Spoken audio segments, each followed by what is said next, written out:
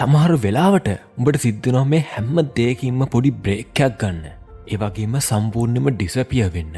ඊට පස්සේ ආයෙමත් ඇවිත් හැමෝම ෂොක් කරන්න. මම මේ කතා කරන්නේ ලයිෆ් එකේ නෙක්ස්ට් ලෙවල් එකට යන්න හීන දකින උඹට.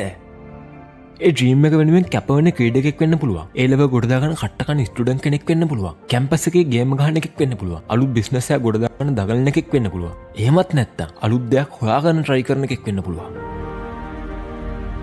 මචං මම මේ කතා කරන්නේ කම්ෆෝට් සෝන් එකේ හැමදාම läගලින්න අකමැති. එතනින් එහාට යන්න ඕනි කියන ගින්න පපුවේ තියෙන කාට. ඩාර්ක් රූම් එකක කවුරුත් දකින්න නැති තැනක කට්ටකන්න උඹට අවුලක් නැත්තම් දවසක ඒ ඩාර්ක් රූම් එකෙන් උඹ එළියට එද්දී මුළු ලෝකෙම ඇස් තියෙන්නේ උඹ දිහා.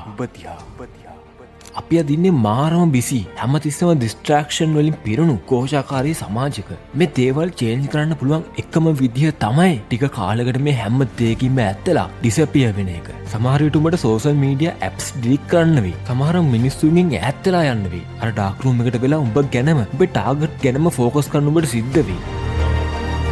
මේ ලෝකෙින්න හැම එකටම ඕනේ සක්සස් වෙන්න. හැමෝටම ඕනේ දිනන්න. නෙක්ස්ට් ලෙවල් එකට යන්න. තුපිරි රිලේෂන්ෂිප්ස් හදාගන්න. හයි ක්වොලිටි ලයිෆ් එකක් ගත කරන්න.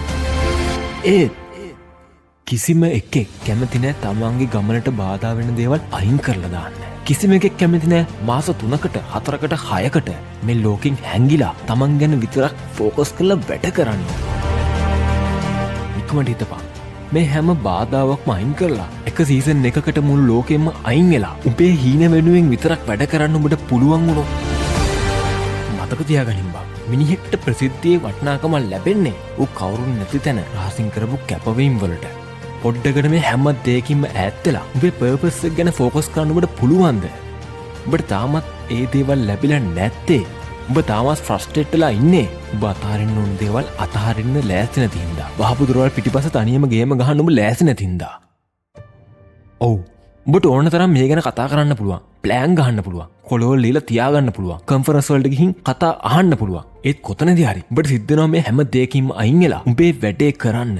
ඊට පස්සේ සුපිරි කම්බැක් එකක් දීලා උඹව ඩවුට් කරපු හැම එකවම ෂොක් කරලා දාන්න. මම මේ කතා කරන්නේ පපුව ඇතුලේ ගින්නක් තියෙන කොල්ලට. ඒ කෙල්ලට. මේක තමා ලෝකෙම ෂොක් කරන්න උඹට තියෙන වෙලාව. සමහර විට උඹට කන්න නැතුව ඉන්න වෙයි. හරියට නිදා ගන්න තැනක් නැති වෙයි. උඹේ පවුලේ කිසිම එකෙක් කරපු නැති තරමේ මාරම කැපකිරීමක් උඹට කරන්න වෙයි. ඒත් කවුරුත් බලන්නේ නැති වෙලාවක කාටවත් උඹේ ඇතුලේ තියෙන ගින්න තේරෙන්නේ නැති වෙලාවක උඹට පුළුවන් ද දිගටම මේ වැඩේ කරන්න. නවතින්න එපා බං. උඹ ඉන්නේ ගොඩක් ළඟ.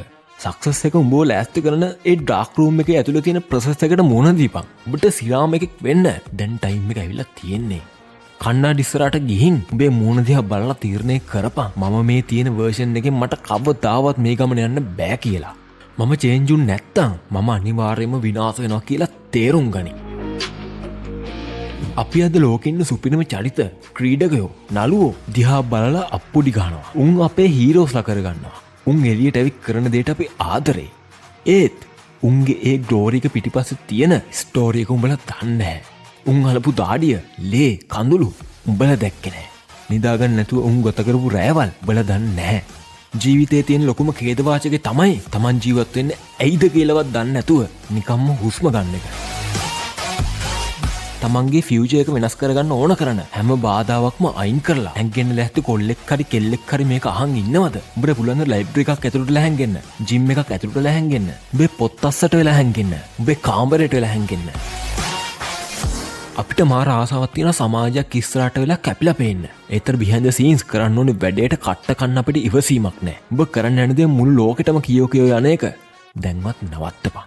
ස්ටීව් ජොබ්ස් දවසක් කිව්වා අපි අපේ ෆියුචර් ප්‍රොඩක්ට්ස් ගැන කාටවත් කියන්නේ නැහැ. අපි ඒවා සීක්‍රට් එකක් විදිහට හදලා කෙලින්ම ලෝකෙට රිලීස් කරනවා කියලා.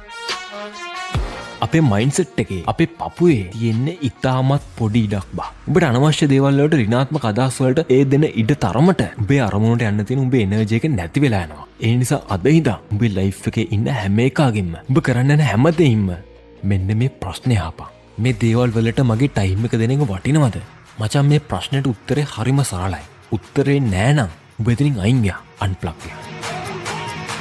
මෙතනින් එකක් හරි ඉන්නවද? සෝෂල් මීඩියා පවා ඩිලීට් කරලා දාලා තමන්ගේ ඩිවෝෂන් එකටයි ඩිටර්මිනේෂන් එකටයි බාධා වෙන හැම ඩිස්ට්‍රැක්ෂන් එකකින්ම ඈත් වෙන්න ලෑස්ති. උඹට ඒ දේ ඔළුවෙන් විෂුවලයිස් කරන්න පුළුවන් නම් දවසක ඒක රියැලිටි එකක් කරලා උඹේ අත් දෙකෙන් අල්ලන්නත් පුළුවන්. මචං උඹේ ඊළඟ මූව් එක ගැන කාටවත් කියන්න එපා. උඹ ඩිසපියර් වෙලා වැඩේ කරපන්. උඹ බිටර් වෙන්න එපා. ෆ්‍රස්ට්‍රේට් වෙන්න එපා. behind the scenes. ඒ කියන්නේ තිරින් පිටිපස්සට වෙලා උඹේ වැඩේට උඹ අවංක වෙයන්. උඹට හිමි වෙන්න ඕන තැන අනිවාර්යෙන්ම එනවා. උඹ රහසින් කට්ට කද්දි, ඩාර්ක් රූම් එකක් ඇතුලේ වැඩ කරද්දි උඹ වෙනුවෙන්ම ලොකු ඔපචුනිටිස් මේ ලෝකේ හැදෙමින් තියෙනවා. උඹට සපෝට් කරන්න කවුරුන් නැති වෙලාවට, උඹ විශ්වාස කරන්න කවුරුන් නැති වෙලාවට, උඹත් එක්ක ඇග්‍රී වෙන්න කවුරුන් නැති වෙලාවට කට්ට කලුවරේ උඹේ ගේම බිල්ඩ් කරපන්. ඊට පස්සේ වැඩේ ඉවරුනාම හැම එකාවම උඹ ෂොක් කරපන්.